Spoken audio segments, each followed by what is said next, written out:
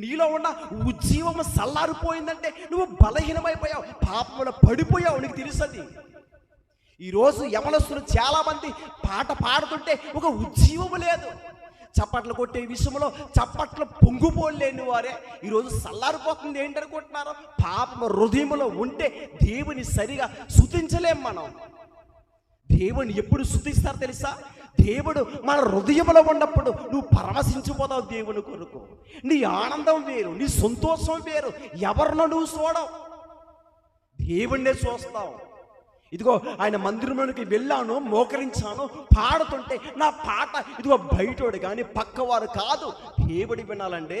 ఆయన పాటలు మనం ఎవరి కోసం భక్తి చేయాలి? నా కోసమా, మీకోసమా? ఎవరి కోసం చెప్పండి? లేకపోతే లోకంలో ఉన్నవారి కొరక? నీ కొరకు నువ్వు భక్తి చేసుకోవాలి.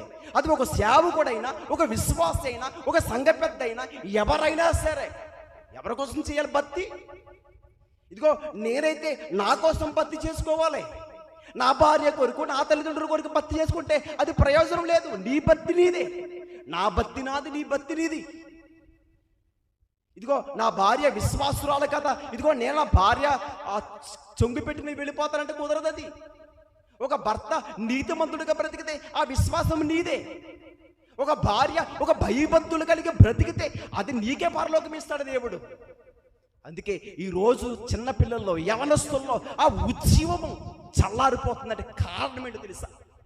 పాపము మనిషిని ఎంటాడేస్తుంది. ఎంటాడడానికి కారణం ఏంటనుకుంటున్నారు? అపవిత్రతను మనం ఏం చేస్తాం? అంటించుకుంటాం. ఒక దావీదు హృదయం వలె నీ హృదయం ఎలా ఉండాలని చెప్తున్నాడు తెలుసా? యథార్థముగా ఉండాలని చెప్తున్నాడు. దేవుని సన్నిధిలో నువ్వు ప్రార్థన చేస్తే ఆ ప్రార్థన దేవునికి ఇంపైన సువాసనగా ఉండాలి. ఒక సెంటు కొట్టగానే, ఇక్కడ కొట్టగానే అక్కడికి వచ్చేస్తుంది మెల్లో కదా. దాన్ని ఎలా ఇష్టపడతావు నువ్వు? చాలా చక్కగా మంచి సువాసన వస్తుందని ఎంతో చక్కగా ఇష్టపడతావే కదా. ఏదైనా పశువు చనిపోయింది అనుకోండి, దాని వాసన పీల్చు, ఎలా ఉంటుంది? అబ్బా భలే అమృతంగా ఉందంటమా. రోడ్డు మీద మనం నడుచుకుంటూ వెళ్ళినప్పుడు ఏదో గొడ్డేసి చనిపోద్ది కదా, చనిపోయినప్పుడు అబ్బా ఎంత బాగా వస్తుందో స్మెల్ అని కూర్చుని పీలుస్తామా? దేవుడు కూడా మన హృదయాన్ని కొంపు కొట్టే హృదయంగా కనబడుతుంది దేవుడు. తెలుసా అండి? మనం ఎలాగైతే చనిపోయిన పశువులు కొంపు భరించలేని వారుగా ఉన్నామో, మనం పాడినా కానీ, ప్రార్థించినా కానీ, దేవునికి ఏది ఇచ్చినా కానీ హృదయాన్ని ఇవ్వకపోతే కొంపు కొట్టే హృదయాలుగా. అందుకే శాస్త్రులు, పరిశీలన హృదయం ఎలా ఉందంటే, ఇదిగో మీరు సున్నమ కొట్టిన సమాధిని పోల్చి ఉన్నారు. దాని లోపల ఎలాగుంది? అది చచ్చని ఎముకల చేత దుర్వాసన కొడుతుంది. ఎలాగా? కల్మషముతోను, ఎముకలతోను, కుళ్ళుతోను. కుళ్ళి ఎముకలు, దుర్వాసన. దేవుడు హృదయాన్ని చూస్తాడు. ఆ రోజు ఎవరిది? పరిశీలి. పరిశీలి అంటే వారు సామాన్యమైన వారు కారు. పరిశీలికి ధర్మశాస్త్రము తెలుసు, బైబిల్లో ఉన్న జ్ఞానము తెలుసు వారికి. మేమే గొప్పవారము, మేమే జ్ఞానవంతులము, మాకు ధర్మశాస్త్రము తెలుసు, ఎలా పాటించాలో వారికి తెలుసు. ఎవరికి? పరిశీలికి. మరి అలాంటి వారు హృదయమే దేవుడు ఎలా మాట్లాడుతాడు? అసలు మనది వాక్యములో ఎంతో విషయాలు తెలిసిన వారే గొప్పవారుగా కనబడుతున్న ఈ పరిశీలన హృదయాన్ని కోసమే దేవుడు ఇలా చెప్తుంటే అసలు మనదే చెప్పండి. అందుకే దేవుళ్ళో క్రీస్తు కొరకు బ్రతుకుతున్న వారికి ఏమి ఉండకూడదు. మనం ఫ్రీగా ఉండాలి. నీ మనసులో ఏదేదో పెట్టుకుంటే ప్రభువులను సంతోషంగా ఉండలేవు నీవు. నేను చెప్తున్నాను, దేవుళ్ళు మనం నేర్చుకోవాలంటే, బలపడాలంటే, ఒక విశ్వాసి నిలబడాలంటే ఫ్రీగా ఉండాలి. మనం సంతోషంగా. నిన్ను ప్రేమించినా ప్రేమించకపోయినా కానీ యేసును బట్టి నువ్వేం చెయ్యాలి? ఎన్నో విషయాలు నువ్వు వింటున్నావు కదా. మరి ఇంకా నీకు బ్రతకడం రావట్లేదేంటి? ఎన్నో సంవత్సరాల నుండి సేవకులు గొంతు ఇప్పిన మాట్లాడినా కానీ సరిగా బ్రతకడం రావట్లేదేంటి? ఈరోజు చాలా మంది కూడా భక్తి జీవితం ఎలాగుందంటే, ఏమంటే ఇదిగో ఇది మా సంఘం, ఇది మా మిశ్రమం అని చెప్పుకుని విశ్వాసులు కూడా ఈరోజు సేవకులే ఇదిగో బంధించేసి వారుగా కనబడుతున్నారు. తెలుసా అండి? చాలా మంది వెనక్కిరిపోయేవారుగా కనబడుతున్నారంటే ఈరోజు కారణం ఏంటనుకుంటున్నారు? ఒకరోజు ఒక సహోదరుడు సువార్త సభ ఏర్పాటు చేస్తే సువార్త సభ జరిగితే ఆ సువార్త సభలోనికి ఒక సేవకుడు చెప్పే మాట ఏంటనుకుంటున్నారు? ఇదిగో మీరు ఎవరు వెళ్ళొద్దు, ఎవరు వెళ్ళొద్దు. మరి ఎవరు వెళ్ళాలి? పశువులు పక్షులు వెళ్ళాలా అండి?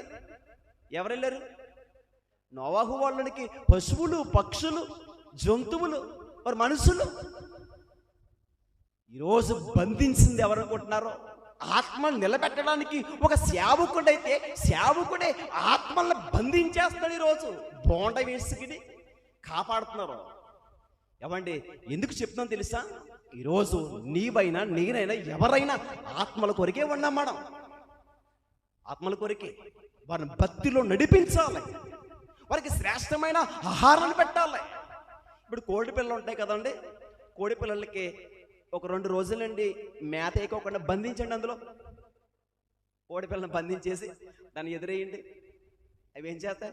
గరగర గరగర తిరిగేస్తాయి. మరి దేనికి? వాటికి ఆహారం కొరకు ఆకలేసేసి బయటకు వచ్చేద్దామని.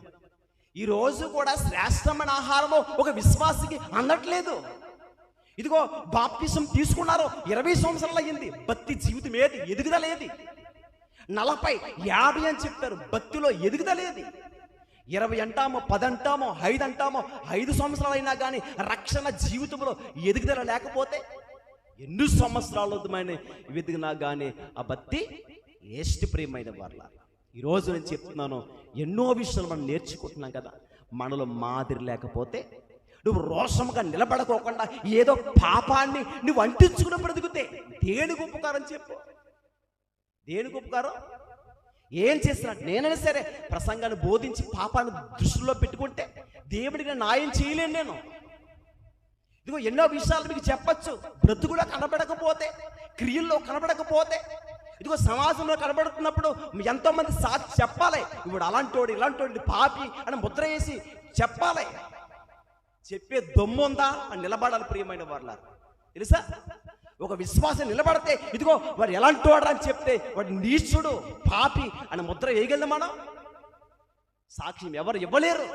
యేసుక్రీస్తు ప్రభువు అంటున్నారు, నాలో పాపం ఉందని నీలో ఎవడైనా అది అలా బ్రతకాలి. మనం ఒక యవనస్తులమైనా సరే నువ్వు పాడినా, ప్రసంగం చెప్పినా, ఆరాధించినా, ప్రార్థించినా, ఏం చేసినా కానీ నీ కొరకు లోకంలో ఉన్నవారు సాక్ష్యం ఇవ్వాలి. నీ క్యారెక్టర్ ఏంటి, నీ భక్తి ఏంటి, నీ రక్షణ జీవితం ఏంటి, ఇలా చెప్పినప్పుడు మనకి సాక్ష్యం ఉండాలి ప్రియమైన వారులారా. అందుకే జాగ్రత్తగా బ్రతకాలి.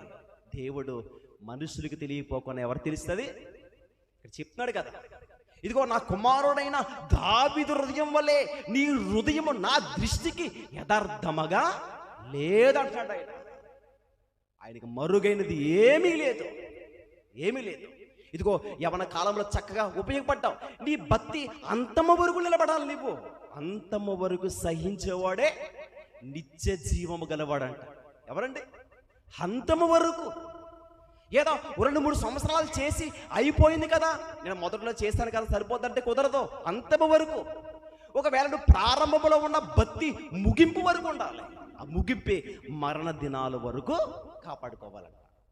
ఇలాగ ఎవరైతే కాపాడుకుంటారో వాళ్ళ జీవితంలో ఏమంటో తెలుసా? భక్తి విధానం కనబడుతుంది. ఇదిగో మందిరాల్లో చక్కగా కనబడుతూ ఉంటావు. ఇంటికి వెళ్ళగానే, ఇంటికి వెళ్ళిపోగానే మరలా మన పనులు మనయే, మన ఆలోచనలు మనయే. ఇలా ఉండకూడదు. క్రైస్తవులుగా బ్రతుకుతున్న మనకి ఎలాంటిది ఉండాలంటే బైబిల్ మీద మన పట్టు ఉండాలి.